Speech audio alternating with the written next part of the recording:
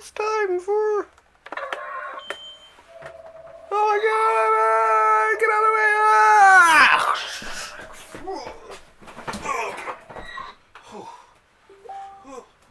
Oh my god. Oh, I'm getting too old for this. No, I'm not. Once again, from a secret, undisclosed location, hidden somewhere deep in the bowels of historic downtown St. John's, Newfoundland, comes in the Library of Graphic Literature with your host with the most, me. That's right. So, how's everyone doing this great evening here? I think I'll probably be doing a outdoors one next week. Various issues have led me to go indoors this week. It's actually nice out, but it's getting darker sooner and sooner, so it's getting harder for me to get home in time to do it. And plus, I had a few other obligations today. I had to go to meet some people because I'm running for city council here in St. John's. You like it? Of course, I had to go with a comic-themed look to my poster.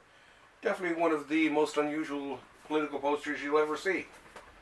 So that kept me busy tonight. But I had a lot of fun. I got to meet some nice people and some old friends and had a grand time at the local critical mass here. So politics can be fun sometimes. Okay. That being said, this is, what is it? Episode 157 of In the Library of Graphic Literature. Not bad so far. Let's hope here's to many more. And check out, of course, this week's Thursday Comics. This week's Thursday Comics is about the best Marvel Modern Age books, graphic novels and the like. And next week's is a news-based one, but the week after is going to be the DC Modern Age list. So check that out. They've been a lot of fun to do because, as we say in these, we when we do up our lists, we don't show them to each other. So it's kind of cool to see if we end up with the same one. It's kind of almost like a race that way. But me and Dennis love doing it, and we're getting some good feedback from all you fine folks out there, and anything you can tell us will just make us better. Okay, that being said, let's move on to what's important into this world. It's not politics, it's not love, it's comics. Particularly collected editions. So, our first one today, and this is one, every time I review a book collecting Conan the Barbarian, I've noticed that there's always a surge in viewers and an interest and in comments and that sort of thing. People seem to, there is a cult following for Conan out there, and I should know because I'm one of them. And Dennis himself too. He's a Conan fan, and I know of a few real hardcore old time Conan fans, and there's a lot of new ones. This one, beautiful John Buscema and Ernie Chan cover. This one covers, let's see, what is it again? This brings us up to 115 in Conan the Barbarian, and this has the What If number 13. What if Conan was, came out, up here during modern times. But great, once again, amazing John Buscema art, because I do believe he does it for the entire run here. And the inkers, as a matter of fact, this run is almost all Ernie Chan inking. And, Mike Royer apparently lettered some things. And, I don't know, there was something about, I liked Ernie Chan, or as he was known in his earlier incarnation, Ernie. He kind of has a neat style, and I think him and Buscema actually did work very well together. Sometimes I do. I mean, there's the occasion, like with this cover there, where Buscema does it all by himself, but Chua, for at least for not as much for other stuff, but for Conan, I like his style for it, and of course for the Conan the Barbarian, his style works perfectly, along with, of course, Big John Buscema. Big John, he was Buscema was one of the most. This is the 20 Designee inked one, but Buscema was definitely one of the. Oh look, this is a guest penciler. This is a rare Sal Buscema Conan.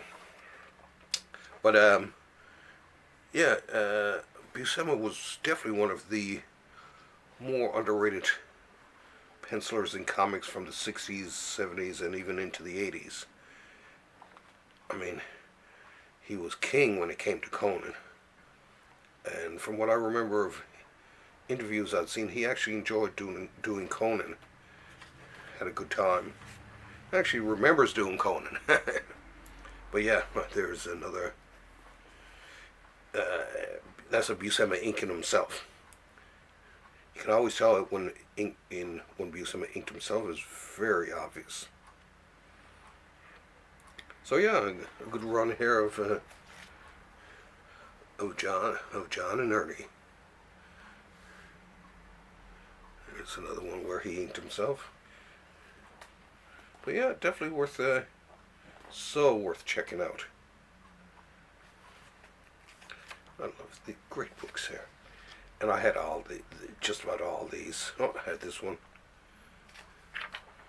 when I was a teenager. King size annual. Geez, I'm not sure if I read that one. Now I will reread these just out of pure fun. And this, of course, this is the right here was.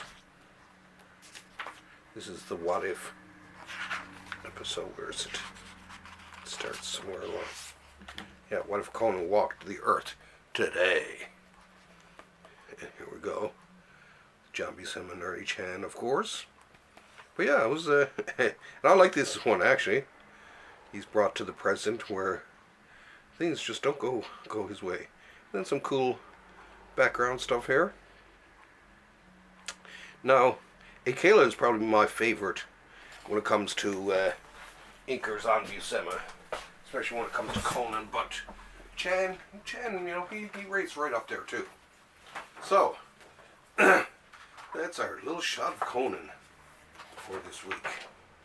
Now let's carefully move aside some stuff. I've got all kinds of crap here on the couch this week. Now we'll move on to from the fine folks at Dark Horse Comics comes one of the more underrated and underappreciated comics, at least, you know, from the general public, although it does have a bit of a cult following itself, is Jeff Lemire and Dean Ormiston's Black Hammer. I'll be dying for this, man. I gobbled up the first one. A lot of my friends who read the series as it came out absolutely loved it. Sorry for the tea break. Absolutely loved it, and when I had a read of it, so did I. This is one of the great comic series of the 21st century. Black Hammer, and same too with Harrow County. These are two of my favorite from Dark Horse.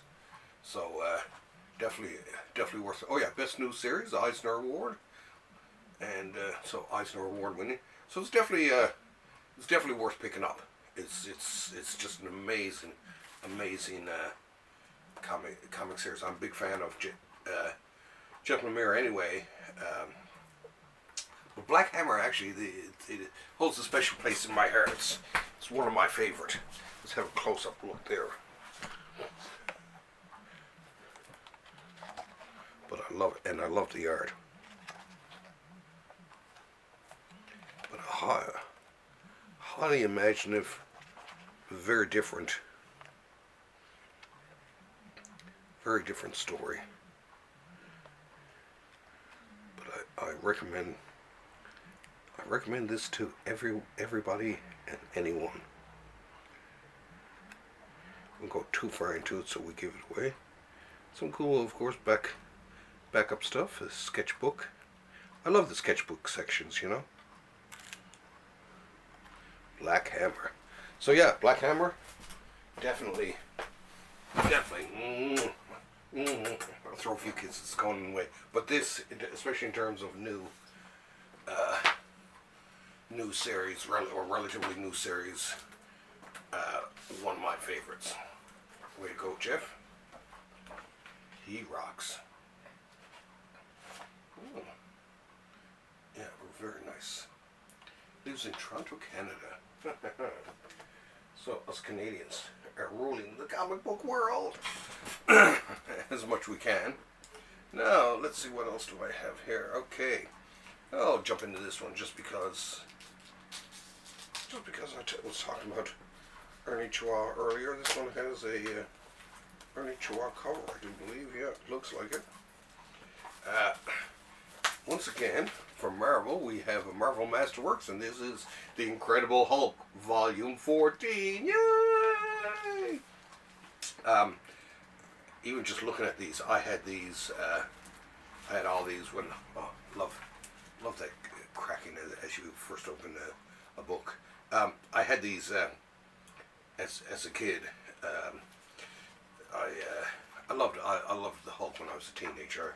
I bought all these. This has, of course, Buscema, Jim Mooney, John Byrne, and various inkers. The John Byrne one, it's the annual, which actually was one of my favorite Hulk annuals. It was starred, well, obviously the Hulk, but it also had Angel and Iceman involved in it, I do believe. Yeah. It was cool. Very, very nicely done. Some of the covers here, just looking at them too. McLeod, although McLeod did, I think McLeod and Rubenstein did a lot of the inking for this run. Let me double check here now. Yeah, Rubenstein, Sinnott, Jansen, Klaus Jansen, McLeod, Mike Esposito, never one of my favorite. Bob Layton for the annual. Chick Stone and Don Perlin. But yeah. And of course written by Roger Stern. I think most of them were written, if not all of them were written by Stern at the time. Well, Stern, Gillis, Elliot S. Macklin, David Michelini, John Byrne, and Roger McKenzie. So, yeah, so a nice little run of writers there. And there's the Ernie Chua cover. Or Ernie Chan, sorry. I think it was Byrne. But yeah, so yeah, I read all these when I was younger, liked it. Something about the Hulk I was a big fan, and this is the Incredible Hulk, the John Byrne one. This one he co-plotted with Stern. But yeah, I love this one. Great art in it. It's kind of neat to see the Angel and the Iceman involved, and this also included the Master Mold. So this was very cool. But yeah, good all-round Hulk business. And this one was Sal Buscema and Chick Stone. Oh, and the calendar.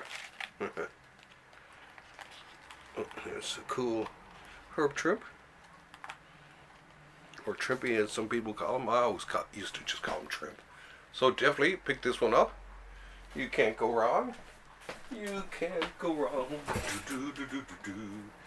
Okay. We're flying through it here. Flying through it. So what it means is time for a break. Have a sip, cup of tea. Or at least a sip. And this is from this week. Another... Actually, we're doing pretty good when it comes to... this is sort of a Marvel week, this is. Yeah, come on, open up. Now, this is another Omnibus from Marvel. And this Omnibus is Golden Age Marvel Comics. Dun, dun, dun, dun, dun. Or Marvel Mystery Comics, as it shortly became known as. Like I've said before, when I was younger, I wasn't as big a fan of the Golden Age as I am now. And but as I got older, I came to appreciate it a lot more. People like Bill Everett and Carl Burgos, and who else do we have here? Oh, Kirby and Bob Oskner. Let's see. Oh yeah, the Vision. So this has the Vision in it. I always did like the Vision. Bob Oskner, Ben Thompson. But yeah, Joe Simon. And well, I think I got those. See, but I did like the. I think that a lot of the Vision ones are also in the Kirby Simon Omnibus, I do believe. But yeah, I loved their Vision. There it is. So let's get a close up hit.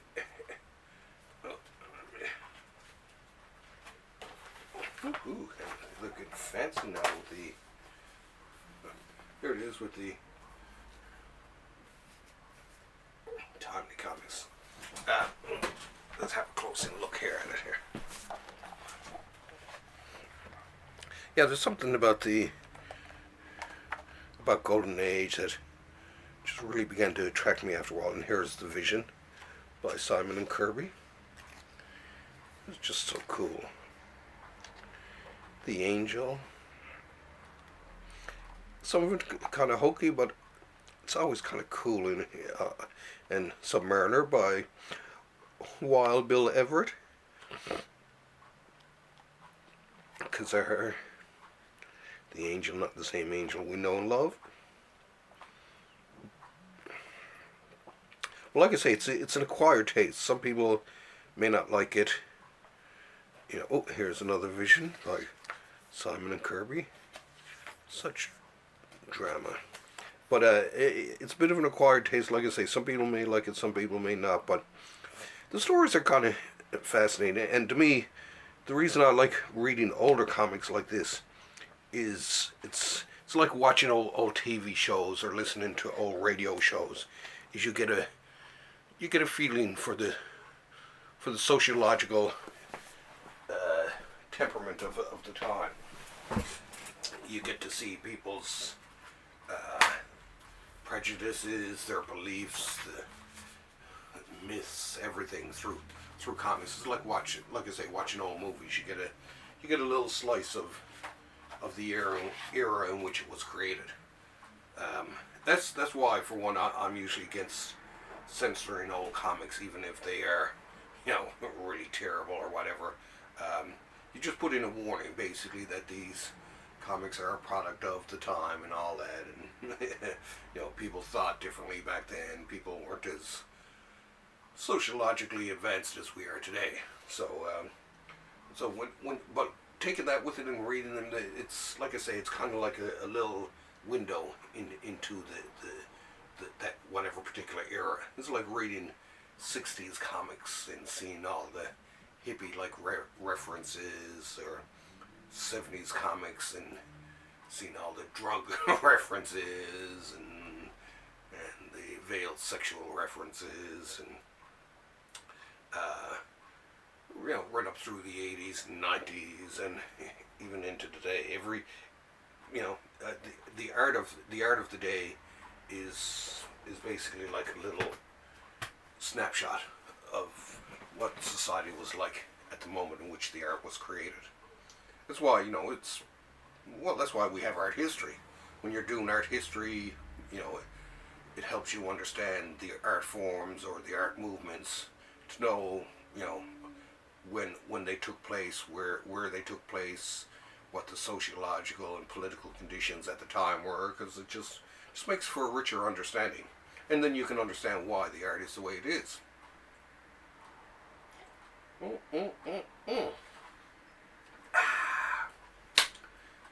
It's like, reading early Silver Age where they're all talking about commies and all that. So if you knew what was going on in the 50s, you'd know why they're so hop on on talking about the Red Menace and stuff like that. And like I say, I look at them as more quaint than anything else. Now we're going to end it off here with a late arrival at some DC books. It's like pulling teeth to get them in, and I finally at long last got my copy of The House of Mystery, The Bronze Age, Volume 2. I love this book. I love the House of Mystery, the House of Secrets omnibuses, and these reprint like some of the best, because before, when the comics code was in place, it kind of neutered, well, not only horror mystery comics, but comics in general.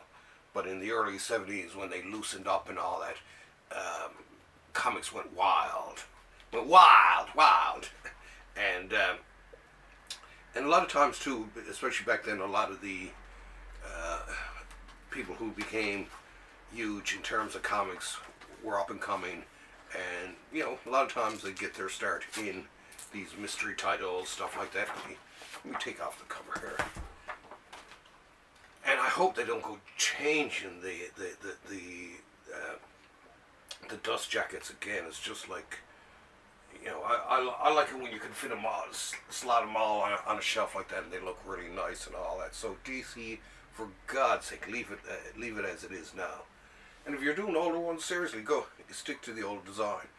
All the same though, I do like the fact that they put the little, copying Marvel, of course, putting the covers of the comics inside on the back. Now the House of Mystery, The Bronze Age. This has some of my favorite artists, and actually has some of my favorite stories. One story in particular is by Jim Aparo, and where is it here? It's right here. Jim Aparo, script by John Albano. It's The Demon Within. It was a story that actually won the Shazam Award at the time, and justifiably so. But like I say, a lot of great art throughout these. Just, reading from the table of contents here, you have your Byrne writes, and he does a lot of one-page introduction type of things.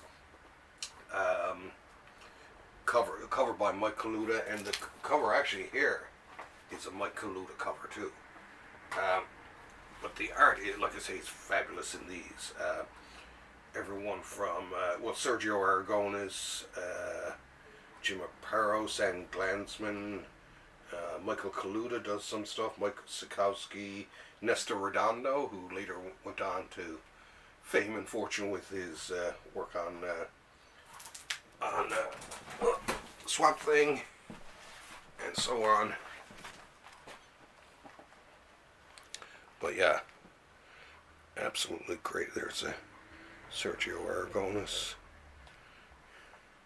And there's a few in here by my personal favorite, Alex Nino. Here he is, as a matter of fact. Nino is one of the great artists, I think, of the 1970s, and one of the most underrated. One of my favorite, absolutely stunning. He could do beautiful comics with wild layouts and all that, and they would still be very readable. I mean, look, like I say, even just zipping through quickly, you can get a feel. Oh, there's a beautiful Wrightson. I think you get a feel for just how wonderful these comics were. Especially because I'd be reading them when I was younger too. I didn't collect them as hand over fist, but I'd read them every so often or pick up the odd one here and there. More and more as I got older. And because I realized that there were a lot of great artists involved. Here's another Alex Nino one. I think it is actually. Let me double check. Yep.